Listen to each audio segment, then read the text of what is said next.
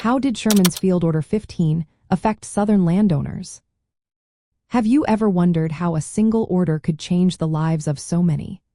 Sherman's Special Field Order Number 15, issued in January 1865 during the American Civil War, had a profound effect on Southern landowners.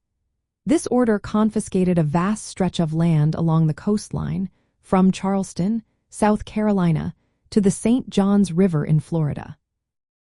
It included Georgia's Sea Islands and areas up to 30 miles inland, totaling around 400,000 acres. For many Southern landowners, especially those who supported the Confederacy, this meant losing their property.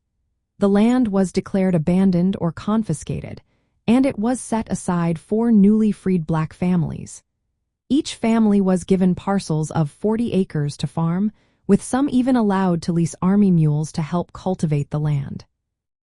This redistribution was a significant shift in the traditional landholding system of the South, challenging the economic and social order that had existed before the war. The order also prohibited white residents from living on these lands, except for military officers and soldiers on duty.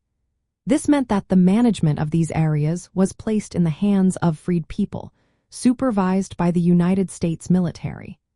This new arrangement diminished the power and influence of former Southern landowners over these territories.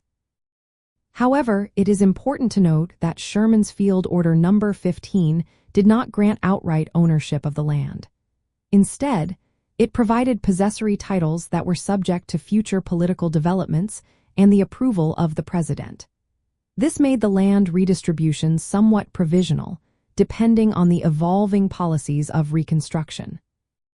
From a military standpoint, the order addressed the pressing issue of thousands of freed black refugees who followed Sherman's army during its campaign through Georgia. By settling these refugees on confiscated lands, the Union Army aimed to provide for their needs and encourage them to join the Union forces. This connection between military service and land settlement was a strategic move during the war.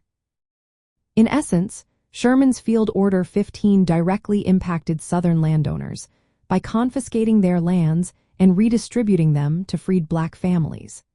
This action not only disrupted the pre-war landholding structure, but also signaled a shift in power and property relations in the South during the final months of the Civil War.